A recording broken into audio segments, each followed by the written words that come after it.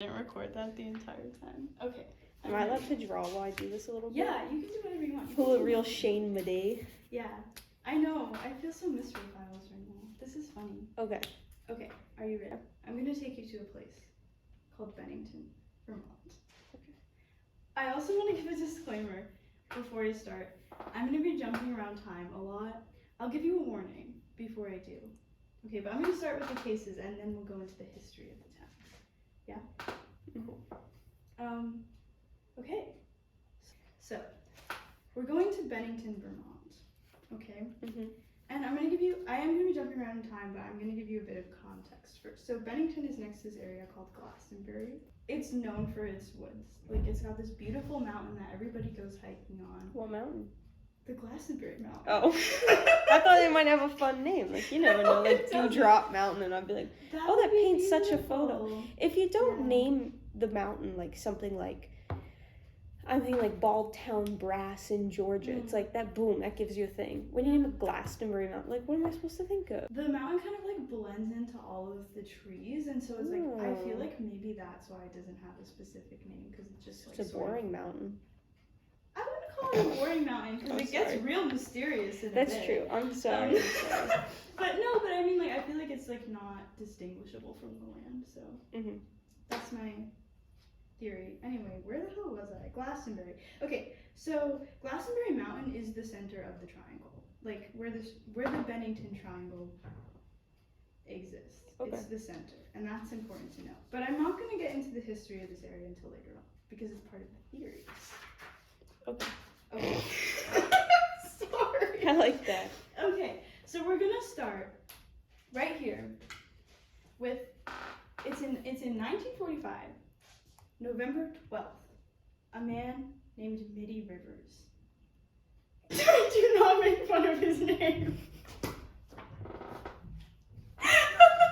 Okay, his name is Mitty Rivers. I thought that was kind of a cool name, actually. I like it's kind of like someone heard like Muddy Waters and was like, oh, but I don't want it to be like, he's definitely not gonna be like a blues singer, because we're in New England, so it's Mitty Rivers. Mitty Rivers, yeah.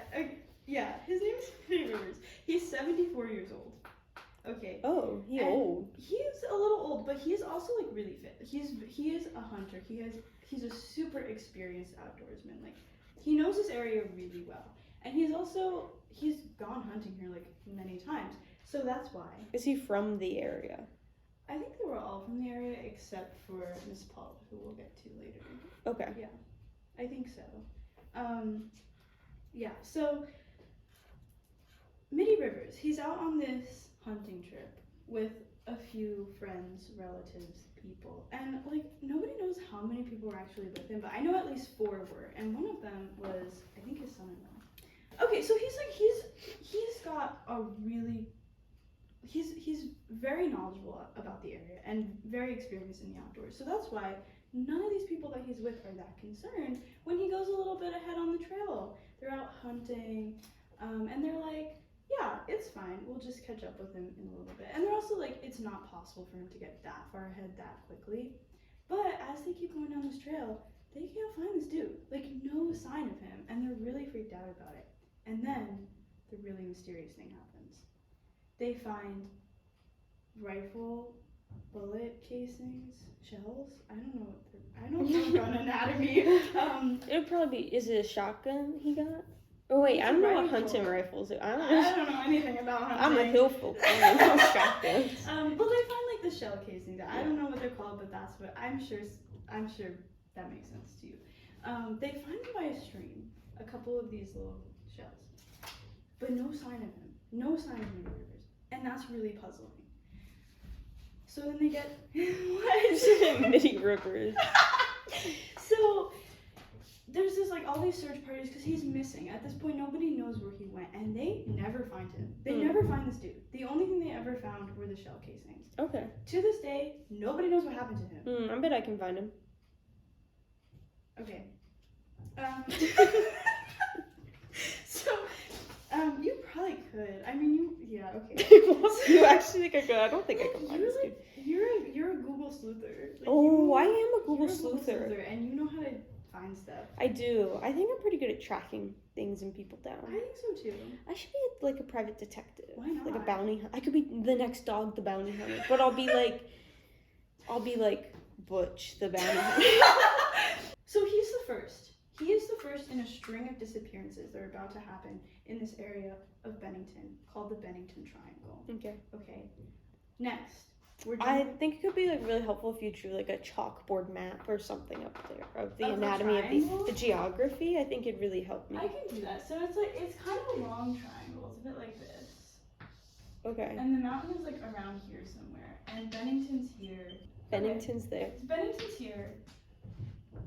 This is not going to make total sense to you right now, but the old town of Glastonbury is there. And then there's something else here. I have no idea what it is. But this is the general area. Where's the state line? I don't know. Okay, but okay. I don't know. Close. It's close. So which state? Connecticut, Massachusetts, New Hampshire? All of them. New York? I do want to point out something, and I will get to this later, but there wasn't really like an established Vermont police department or force at this time. So why? It's 1945. I don't know. I think they had detectives, but it wasn't like a solidified police force. So for most of these cases, they actually use like a mixture of Massachusetts, Connecticut, New York, police forces, which is really weird. But I will get to that in a minute. Actually, quite soon, because we're moving into the next case. So we're leaving 1945, we're entering 1946. It's December 1st. 18-year-old college student, Paula Jean Weldon, she goes for a walk. There's this unusually warm break in the weather, and it's 50 degrees in December, which is kind of crazy. Global warming, man. Even back then. Yeah. That's why it's not important. She goes for a walk. And according to her roommate, she took nothing except for her bright red jacket. Oh, that's insane. You can't see that, but it's her bright red jacket. Whoa, that is bright.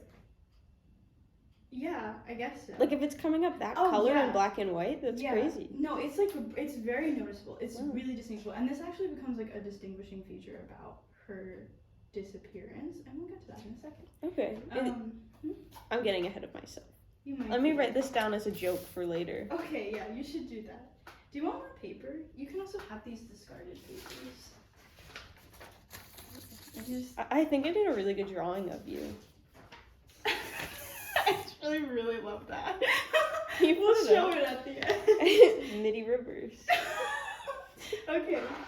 So according to her roommate, she took nothing except for her coat because it's a warm day, and so Paula is known. She loves walking. She loves hiking. She is known for taking these really spontaneous hiking and camping trips. At one point, her roommate even went with her on this trip, and they were so underprepared because she was just last minute, let's go camping. So she's known for going into the woods whenever she wants to, and that's why her roommate is not concerned when she doesn't come back that night, because she's yeah, she does this sometimes. It's normal. Yeah. But it was a little bit weird because the weather dropped again that night from 50 degrees to over or under 10 degrees. And there were calls for this massive snowstorm. So people were a little worried because they were Miss Paula, it's gonna snow and you're gonna freeze. But yeah, they can't find her. She's gone. She never comes home. And this is where things get really complex. Okay, Paula's case is definitely the most recognizable of all of them. When you search for the Bennington Triangle, she's the first thing to come up. There's the most information about her, the most theories about her, and it gets really complicated. And I'm gonna take you through some things now because there's a lot. So we're gonna start with this elderly couple. They were walking on the same trail, the Long Trail, which is one of Glastonbury Mountain's most famous trails, I think. They were walking behind her that day, and they were we were only about 100 feet behind her, and they noticed her bright red coat, and they were in this winter woods, it's super noticeable. But when they reached a fork in the path, they can't see her anywhere. There is no trace of where she possibly could have gone. And they remember, even though they didn't know that she she disappeared and gone missing, they remembered at the time thinking it was weird that they couldn't see where she went because her bright red coat. That's fascinating. Yeah. So that is recorded as the last time she was ever seen. But we don't know if that's the last time she was ever seen because there are more reportings to come. And also her dad, this is really interesting. Her dad was originally one of the first suspects. Like he was one of the main suspects. I'll get to that in a second, but he did post a reward of $5,000, which today would be pretty close to like $80,000. Looking for Paula, yeah. I'll go find her for that money. Well, I think they're like all long gone now. You think so? Yeah, I think so. Yeah, the FBI is even brought in for this because like this local Bennington College student, that's Bennington College by the way, this local Bennington College student just disappears. And like she's young, she's got her whole life ahead of her, and they're like, where did she go? No trace, nothing at all. And it's kind of thought that maybe the snowstorm like had something to do with that, because if there was any evidence, it probably would have been wiped away by the feet of snow that was called for. More paper for you. Thank you. You're welcome. But yeah, her father, I'll talk about this now. Her father's really interesting because it's reported that Paula and her dad had gotten into a fight a little bit before she goes missing. She was supposed to go home for break, to her home in Connecticut, as I said before. And she had been like really excited for this trip. She was looking forward to it. And then a couple of days before she was supposed to leave, a worker at the school said that she saw Paula crying in one of the bathrooms with a letter in her hand. And she doesn't know what the letter says, but she thought that was weird. And her roommate also reported that Paula and her dad had gotten into a fight. She doesn't know what the fight was about, but she does know that afterwards Paula said that she was not going home anymore and she was going to stay in Bennington instead. Could it have been about a boy? We're going to get to that. Okay. It could have been about a boy. Cool. Yeah, that was my first thought too. Yeah, so something changed, like something happened. And also I think it's really important to note that Paula's roommate says she had like a really long history with mental illness. She had been depressed for a really long time and things have been going well for her, but after this fight she seemed like really, really down. And so it was a little bit concerning. And also one theory was like maybe she'd gone into the woods to like take her own life and she was really depressed and sad. And there is also this theory, I can't say how true this is or not, but some people say that she was really unhappy with her home life and she felt like her parents loved her sisters more than her because she had like 4 younger sisters, which is tough. Yeah. I think she was the oldest of her siblings. So she kind of felt lonely and she felt unloved, and I think like that's a terrible feeling. So yeah, that could be a reason. But yeah, so there were some speculations that could have had something to do with it. But it gets even weirder because there were reports that maybe Paula had been picked up and like taken somewhere else. I'm gonna go back to her dad in a minute, but I have to go ahead a little bit first. Okay. There's a man named Louis Knapp, and he claims that he had given Paula a ride. He said that she hitchhiked with him outside of a gas station, and he actually was the one to bring her to the mountain. So he reported that he warned her not to go. At this point, it was like late afternoon. He said he warned her not to go to the mountain because it was getting dark, and so he was like, you should not go hiking at this time.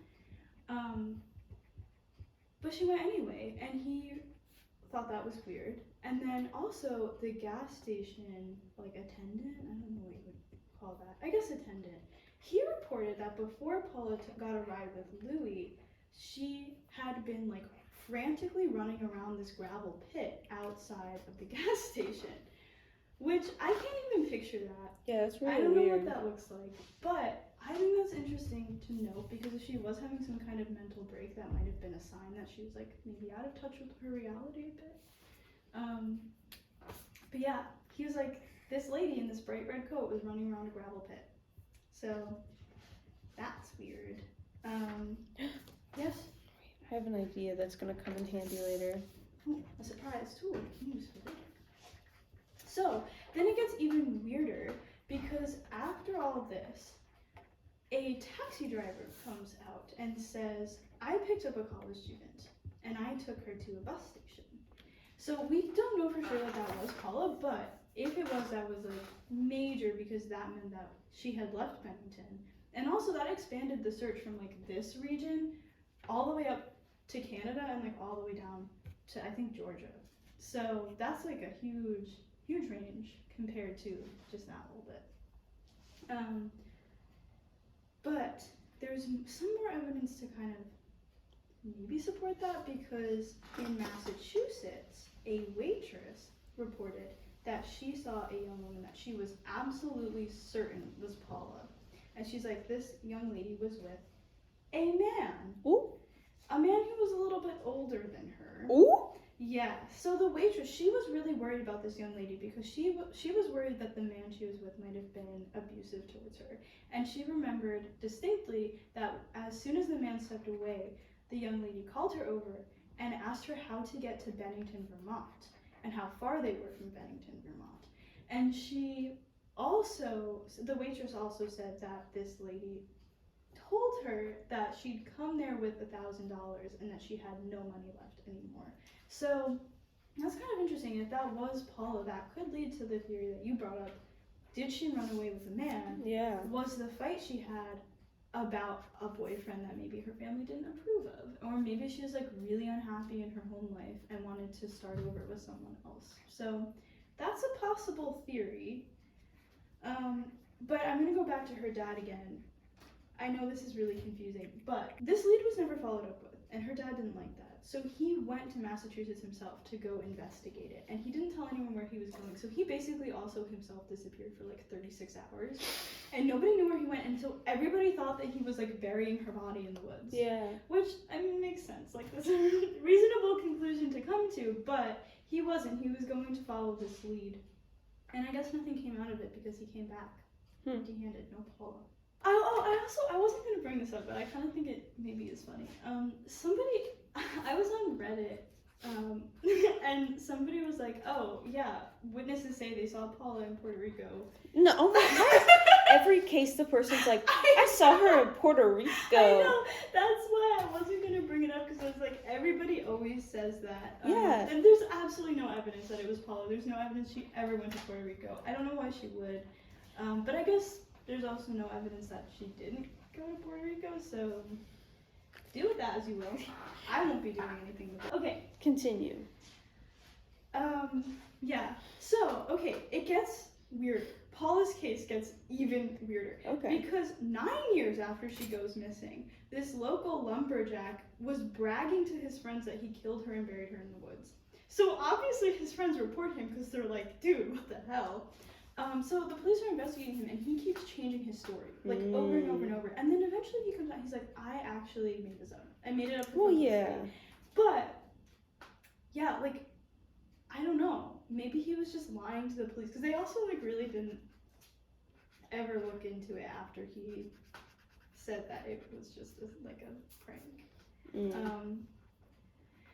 But I guess also another point is that they tried to get him to bring them to where he said that he buried her and he couldn't identify a spot. I don't know if that was lying or not, but yeah. No, he didn't do it. I don't think he did it either, but yeah.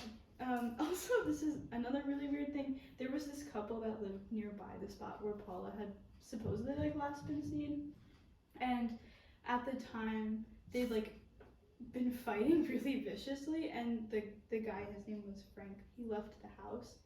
And people were like, oh, Frank did it, obviously, because he was in such a rage that he saw Paula and killed her in the woods. But that doesn't really make any sense to me. And then, in 1968, a skeleton was found in the area, and everyone was certain, they were like, this is Paula. But it wasn't Paula. It was someone that was too old to be Paula. And we have no idea who that body is. A few theories also about Paula's How many more goddamn theories are there? So many, I told you.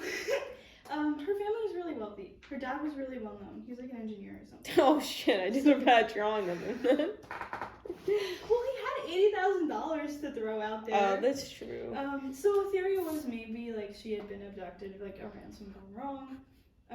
Yeah, Big Lebowski style. Yeah, but also like she could have had the money to run away if she wanted to. So I think that's an important note. Like, another possible thing that could happen is she literally just got lost and died of exposure because of the snowstorm. But no one knows what happens to her. As I said before, Vermont State Police established because of her.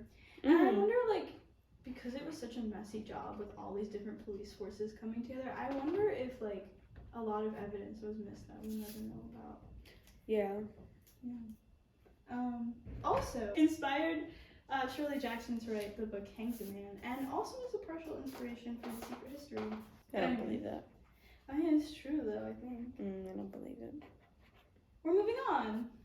So this is really weird because on the exact same day, 3 years later, December 1st, 1949, we have, in my opinion, the weirdest case. This is the weirdest disappearance. This man, he is 68 years old, a veteran named James Tedford. He gets on the bus, and he literally never gets off. He disappears on the bus. Maybe, possibly. He was witnessed by over 14 people on this bus, including the driver, but when the bus came to its last stop, James was nowhere to be found. All of his luggage, his tickets, and his little, like, timetable, like the time, that was all left in his seat, but there's no James. I don't think he actually disappeared from this bus. I don't either, and I want to say something about that. It really reminds me of an X-Files episode. I have a theory about what happened to him. But I also want to say, one source said that his wife Pearl disappeared many years before him. I don't know if that's true because another source said that they were just estranged, which like seems more likely to me. Yeah. But, I think that's way more likely. Yeah. Seems I don't think he disappeared. I think someone was just like, oh, where'd this guy go? And it was like, maybe he just like ran away. I'm gonna get to that. Okay. Oh. Some theories about what happened to him. One, I'm not a doctor, but this guy's a veteran, and like, I think it's totally possible. I think it's totally possible that he was dealing with like PTSD or like under some kind of mental or emotional strain. Definitely. He did not just disappear. He had like a little moment. So yeah, I don't think so. I don't believe that he dematerialized. I don't think that's possible. But I think it's possible that he was under some kind of strain. And also I want to point out, it took him a week to be reported missing. Which leads me to believe he didn't have a lot of close people in his life, and if that's the case, like, if he got off the bus at a bathroom or a gas break and, like, the bus left without him, who was he gonna call? Or, like, I don't know, maybe he was unhappy and was like, I don't want to be in this town anymore, and just decided to get off somewhere else. So, like, yeah, I wouldn't be surprised if that was what happened. But nobody knows, and he was never found. Yeah. So, moving on again. Oh, but I do think it's weird that it happened exactly 3 years to the day after Paula went missing. That's weird. Yeah. So, we're moving on. October 12, 1950. So we've jumped ahead again in time. This little boy, 8-year-old Paul Jepson. Also weird, Paul? That's crazy. He's accompanying his mother.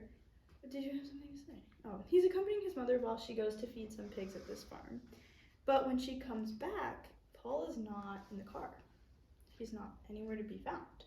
So there's a huge search held, and everybody's looking all over the woods, which were like right nearby.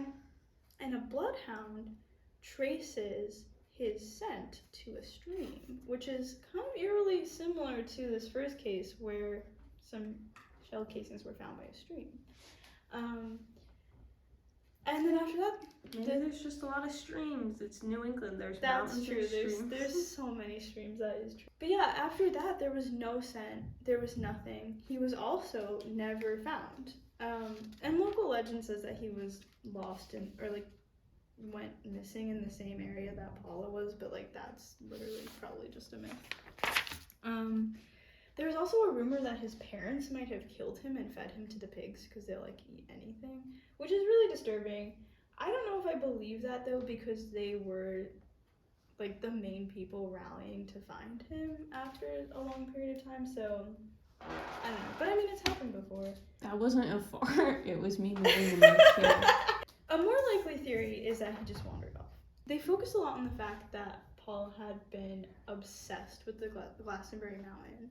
And, like, the day before he went missing, he talked about it nonstop. And I think probably he realized, or like knew that he was going to be near the mountain, realized he was there, had a moment to go explore it, went and got lost, because, you know, he's a little kid. Also possible was like, it was near a highway, so it's possible he like wandered around and got picked up or something. Yeah, I'm not sure. And then also a woman in a neighboring town or like neighboring area claimed that she saw a little boy walking around by himself, and she was certain it was Paul, but his parents were like, no, that description doesn't match Paul's at all. So it was never followed up with. But another note, he was also supposedly wearing a bright red coat that day, which is weird. I don't know if it's true. Oh, just like how he disappeared from the bus. Poof! Thin air. Yeah. Yeah, I don't know if that's true. Again, could be local lore, but if it is true, that's interesting. Yeah. So, we're moving on to our final case. Miss Frida Langer? I'm not sure how to say her last name. I think it's Frida Langer. Okay. She goes missing 16 days. Just 16 days after Paul goes missing. And she was 53 years old, but she was also like an avid hiker. Like she was a super outdoors person. So it was like quite shocking when she also went missing. She was camping with some friends or family members, I think. And she went on a hike with her cousin, and she fell into a stream and got wet. And so she was like, I'm gonna go back to Camp What? Just like that, I fell in a stream, got wet. She did. I mean, she wasn't hurt, but she did get wet. And so she was like, I want to go back and like change my clothes, because I'm not gonna go on this long ass hike with wet clothes. Makes sense. Yeah, so she goes back to camp, and she's like, she says to her cousin, and they're like not that far from the camp, I think. She said, like, you stay here, I will be right back. I'm just gonna go change. But she doesn't come back, and like her cousin's kind of getting bored waiting, like, where the hell is Frida?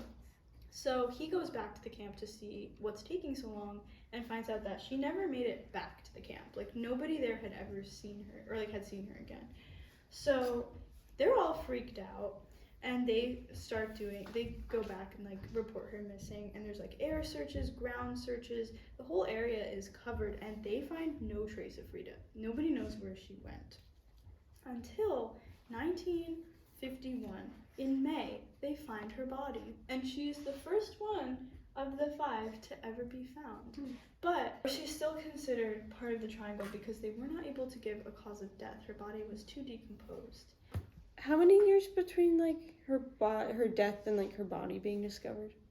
Did they find her body? It was, well, she went missing in October 28th, 1950, and they found her in May 1951. So it was a couple months. How does a body decompose that fast? I mean, she's out in the woods. Fair. Yeah. Actually, what's really interesting is that she was found laying in a patch of grass, like literally as if she had laid down and fallen asleep. And she'd been found in an area that was searched. Yeah, and then her family was really confused because they were like, if she was lost and made it to this clearing, why would she just lay down and die there? That doesn't make sense. And it also didn't make sense that she would like have gone off the trail to begin with, because she knew the area pretty well. So it was weird. It was very weird. I'm gonna throw another thing at you. Her body was found close to a reservoir, which maybe the streams link up to. No. No. They don't. Because once again, oh, her clothes got wet in a stream. Oh, that's what did it. Maybe. Where was the water on the bus? I'm sure someone had a glass of water. Oh my God. So this is where the disappearances stop. Unless you consider 2008, when a 27-year-old supposedly, what? I do, because didn't he say the Ross? No. Oh, never mind. He Don't believe. supposedly got lost in the triangle, but he was found completely safe by the police. But he claims that he like went into the trail one day and he was overcome by this dizzying confusion when a fog rolled in, and he was lost on the mountain for several days. surviving only thanks to his outdoor experience. But he eventually popped out of the trail again near a shelter almost at the peak of the mountain. On what she says was on the opposite side of where he parked, and he doesn't know how he got there, but I think I know how he got there, getting lost in the woods. Okay, so now you know about these 5 cases. It's time to talk about some theories. So we're gonna go back in time a little bit. Okay, are you ready? Yeah. Theory number 1, the man-eating stone. Oh, yeah! Okay, so before the land was colonized, it was home to the Abenaki. History lesson time. The Abenaki are part of the Wabanaki Confederacy. I actually, before you continue, I have many thoughts about this man-eating stone. I know you do. I highly believe this is the true answer. 1. Oh! Maybe the rock liked the color red. We have Minnie's coat and... Minnie? What's her name? Paula! Paula's coat. And we have this young lad, what is his name? Paul. Paul and Paula. They both had the color red, allegedly. Mm-hmm. This rock could be attracted to the color red. Red is the color of blood, and if it eats men, it wants that. 2. Paula was seen running, allegedly, around a gravel pit. Oh my god, away from the man-eating stone! No. Running around a gravel pit. What is gravel made out of? Rocks. There was obviously some sort of obsession, connection. Okay. Why are you, selling me on this? It's a fucking man-eating rock. And I don't know if you're about to talk about this. I am going to talk about it. Okay, and also, when you look at a stream, it's always the rocks that make a stream. They're literally... the water? No, because water has to flow over something. If they weren't flowing over rocks, it'd be a river. Oh, wow. It's a stream with rocks. What about the reservoir? Reservoir. I know. Think about it. It's drilled rocks. Isn't that amazing? And think about this. A field. She was found in a field. Yeah. Probably... But why wasn't she eaten then? Explain that. Because she encountered the rock the man-eating... What? Did she die of fright? No. She might have been sucked in a little bit and then been abso-fucking-lutely not and bolted, died in a field. Oh my god. Do we have a location for this man-eating rock? I think they're all over the place. I think No. they're enchanted stones. Oh, you think it's one? Oh, I thought it was one. So before the land was colonized, it was home to the Abenaki, and they believed that the mountain was a sacred place, but they also believed it was a cursed place, and they called it the place where the 4 winds meet in an eternal struggle. When colonizers came, they warned them against settling on this mountain. They thought that was a terrible idea, specifically because of enchanted stones. So, according to the Abenaki people, if someone happened to step on an enchanted stone, they would be eaten whole so quickly they wouldn't even have time to scream. It's true. I'm sorry, it's true. And this was also reaffirmed by the fact that Abenaki hunters had been disappearing in these woods for centuries, which also could happen just because they're really dense, thick forests. It happens. I always imagine the little rock dude, and I drew him here a couple times, as having little legs. He has a face in this photo. Even with these warnings, of course, settlers gonna settle, and they took over the land. And they turned it into a booming logging town. Oh, also, I want to say this. There are these stone structures all over the woods. They're wait, what are those things called? Cairns? Yeah, they're like that, but they don't... Scientists have actually studied them because they have really, really ancient kind of moss on them. But they don't know if that's actually what they're meant to be. They could also, I don't know if they're burial sites or ritual sites. There's this place somewhere in Southeast Asia. I want to say Thailand. I might totally be off base there though. But I think it's somewhere in Southeast Asia. And maybe Burma. But it's this whole field filled with these stone well things. Hey, I think I know what you're talking about. Yeah, and so for years people were like, whoa, and they're in like random spots, and people have like drank out of them for a while because it's just wells, you know? And then they found out their burial sites in this dead body water. Yeah, I heard about that. Idea. They don't actually really know what they are, but they're all over the woods. So I put a picture there because I thought, stones. Is it these specific woods? Yeah. Okay. It's like that whole area, the whole Glastonbury area. Yeah, so... Could it be to track the man-eating rock inside? Maybe, I don't know. Nobody knows. They're so old. They're literally so old that they don't even know what they are. Take it apart. See what happens. Isn't that disrespectful? Yeah, but there could be a man-eating rock in there. What would you do if someone took these apart and there was just like a giant rock in the middle, like surrounded by nothing? I would be like, shit, this is a man-eating rock, and I'll put a squirrel on it and see if it gets eaten. But what if it only eats them then? I'd put a baby on it then. Oh my god. Alright, so getting back to the history of the land, Glastonbury was turned into this logging town, but it got overlogged, of course. So they started having problems with like really heavy flooding, and the entire town like basically got washed away, and there was like the railroads, the only transportation into other towns got washed away, and before they knew it, there were only 3 people left living there, and so the government was like, this isn't a town anymore.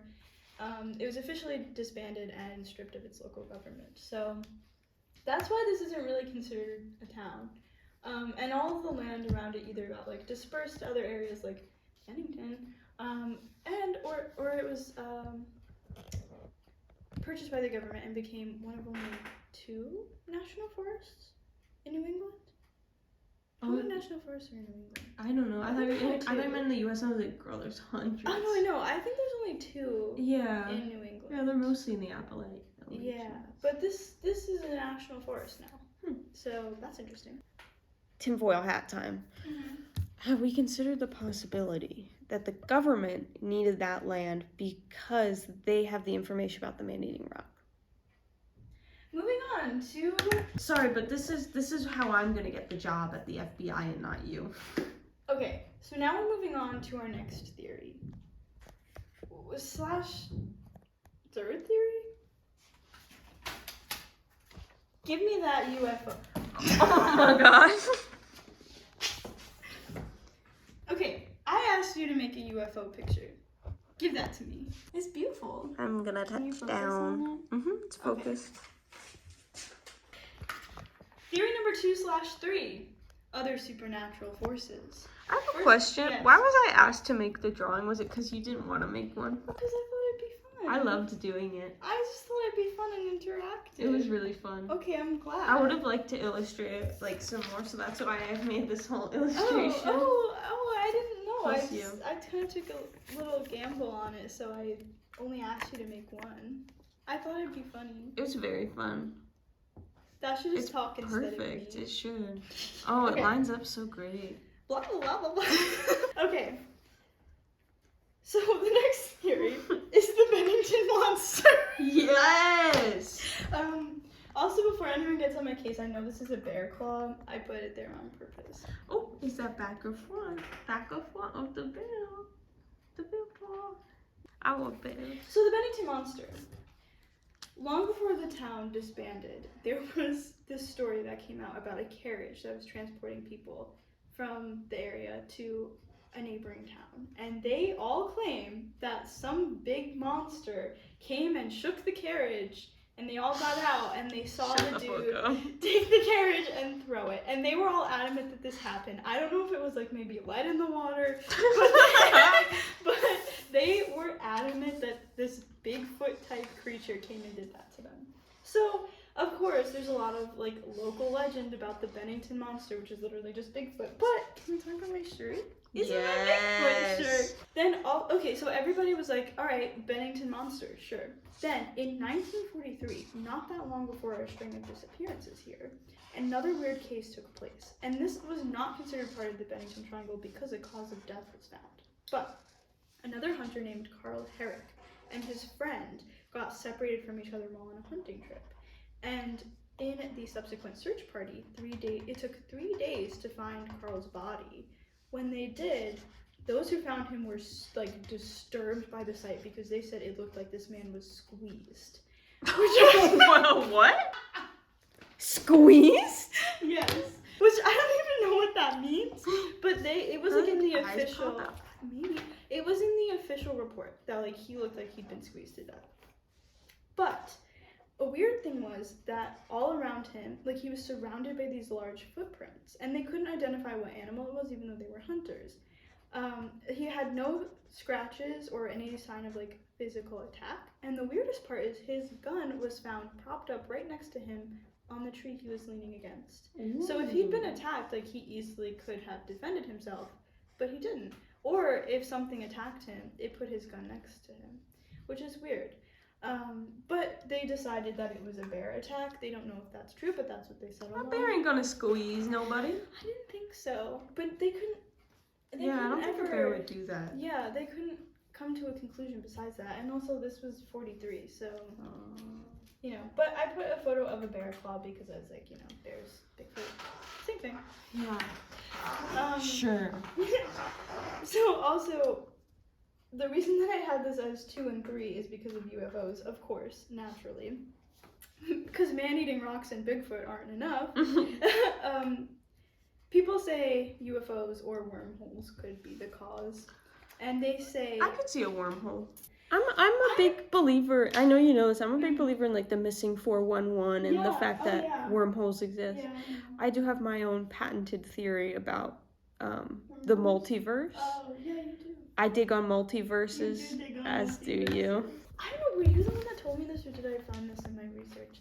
That someone thought that the man-eating stones were wormholes. No, I did not say that. There was a theory that the man-eating stones could have been like wormholes, and if you step on them, it transports. Oh, that makes total sense. Yeah, it makes total sense. I'm sorry, I'm insane. So also another note is that people thought if UFO abductions were at the root of the vanishings, like red would make you stand out in the forest, especially because all of these happen during the same time of year, like winter or fall. So there's not a lot of green space. It's very like bland, and like if you're wearing a bright color, it makes you stand out. So they were like, oh yeah, UFO is gonna pick you up. Let me push back on that. To quote data analysis Emily Flippin from Survivor. Okay. Let me push back on that. UFOs targeting the color red, I don't buy it. Why? Well, I don't. Do you buy UFO in general? I do believe in the existence of UFO. I think a UFO, I don't think it's happened for this case personally. I do heavily believe in the existence of aliens and extraterrestrials. Second scariest thing that can happen to me personally, I do believe. What's the first? Nuclear holocaust. Oh, that's so true. We've had this conversation. We have. I'm terrified of aliens. I don't think they're going to target someone just for like the color of clothes they're wearing. In fact, like usually they come at night, and like it isn't related to clothing styles. It isn't really. There isn't really like a thread connecting. I think more likely, the color red makes you stand out to someone lurking in the woods. And that is my next theory. Theory number 4. Oh, that was a perfect segue. You did like a perfect job with it. Did you know that? No, I didn't. Oh, that's I just amazing. legitimately mean like I don't think a UFO would care about the color red. Okay. Lake Cass is gonna come in here. I'm going Monday to morning and be disappointed in oneself. I do have another really great photo. I keep calling them photos, not pictures, because they're true life. Don't look yet. So, our next theory is a serial killer. Of all of these, I kind of lean to this theory the most, but we'll get to it. Well, maybe I lean to it the second most. We'll see. So it's thought that a serial killer could be behind these disappearances. And, as you just said, it's thought that maybe the color red is a trigger for this killer, which has happened before in other cases.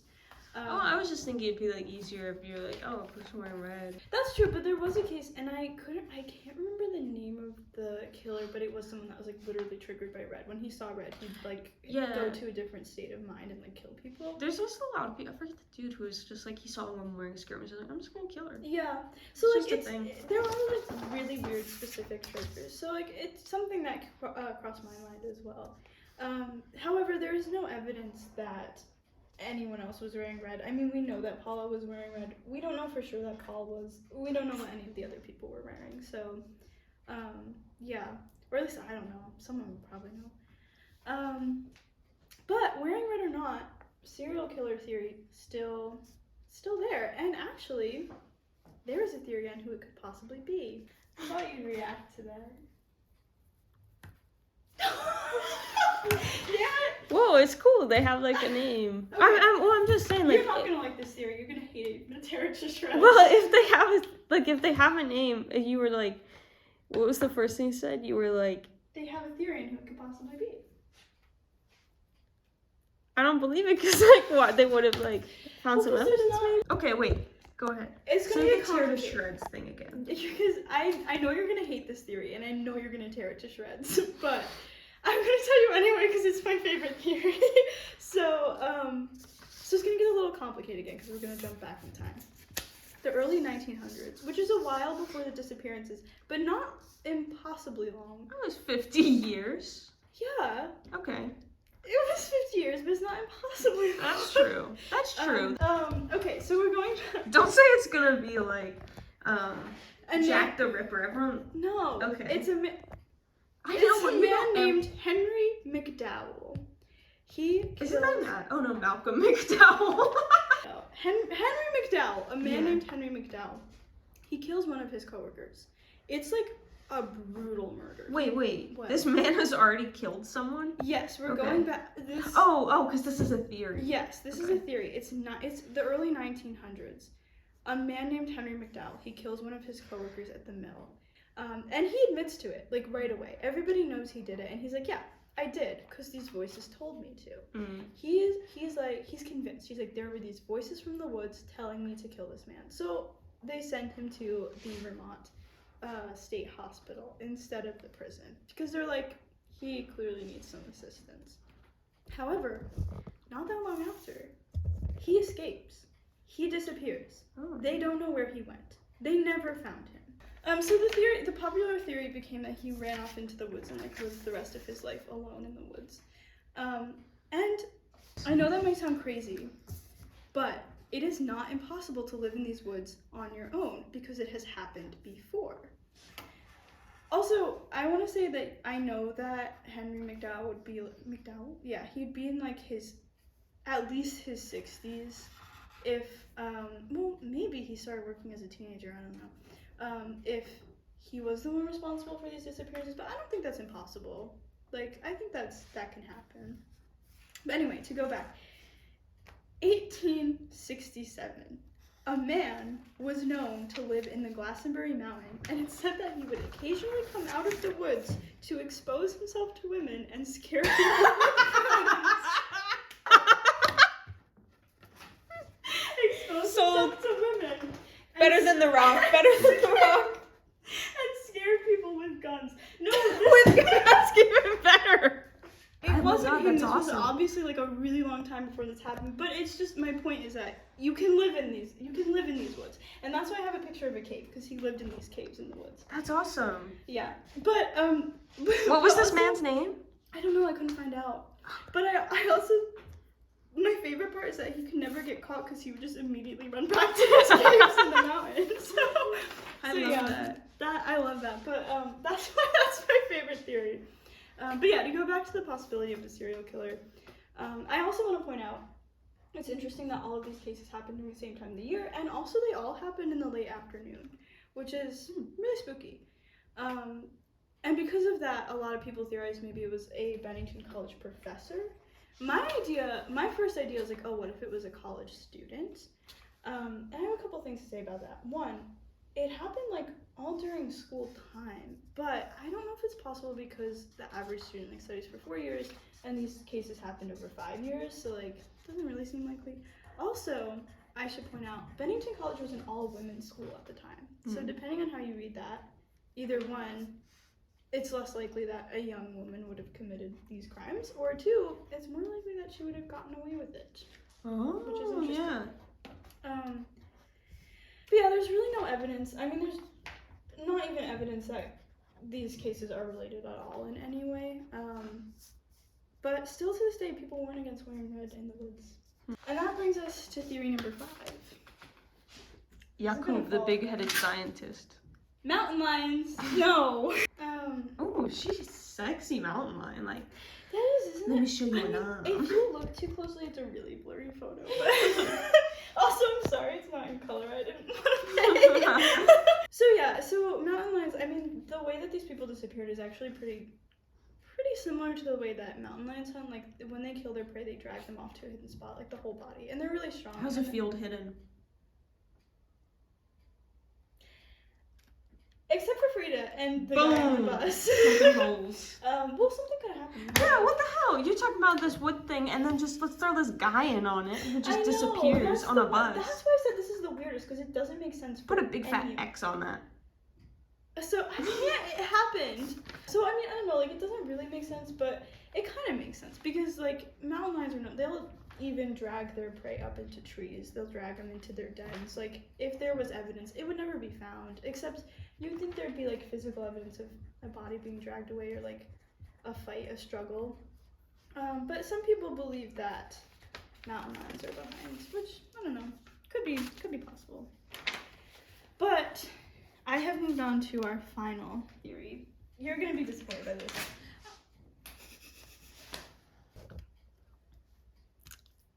I am disappointed. No, come back. Don't be. Well, you can't just have missed, like, I'm we gonna don't know. discuss it.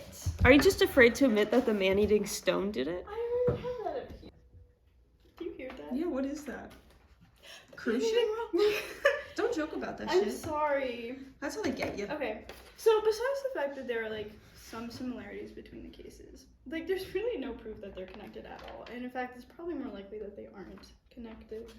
I mean, and also, like, people are pattern-seeking beings, so I think it makes sense when you have a string of disappearances that happen within a span of 5 years. My first thought was, oh my god, it's a serial killer. But also, it's important to remember that these are really thick woods. This area is known for erratic winds, it's known for crazy weather, so, like, even if you are super experienced, you're not immune to something happening to you out in the wilderness, and I think it's likely that that could be a cause. But also, to kind of go back to what we talked about before, we don't actually know that any of these people died. Oh, well, we know that Frida's dead, but we don't know that any of these people actually died. Like, they could have run away. So, yeah, I mean, it's really easy to think, oh, they were killed in some mysterious way, but they, like, might not have been. And it's, yeah, I mean, you know, no one's immune to nature. But as I conclude this case, I will just point out that there's so many local legends, so much local lore, and, like, pretty much people were so desperate for answers that pretty much any theory got published in the newspaper as if it was actual, like, hard factual truth. So it's really hard to know what actually happened, and that's, you know, that makes it hard to say anything, really. But yeah, and it's kind of sad to think, like, we'll never really get answers, but it's also really sad to think that these were people and they never came home. Yeah. That's that. That's the Bennington Triangle. Oh. Right there. Okay. And then Cool. So let's discuss. Do you have any questions? Do you have anything you want to add before we conclude? I don't think so. I'm sorry. That's okay. You don't have to. I don't. Like, say your final concluding little sentence again. The one I said before that's on the floor? Yeah, or just say something off the cuff. Well, I don't know, like, I mean, it really strikes me, especially, like, okay, this is the most famous photo of Paula, but then when I stumbled upon this one, I actually got, like, a little emotional, because I was just like, that is, like, I don't know, I feel like I can relate to her so much, this young college student, and, like, she never came home, and that makes me sad. Yeah. I'm sad for all of them. Really sad for the bitch that lived in those caves. Alright,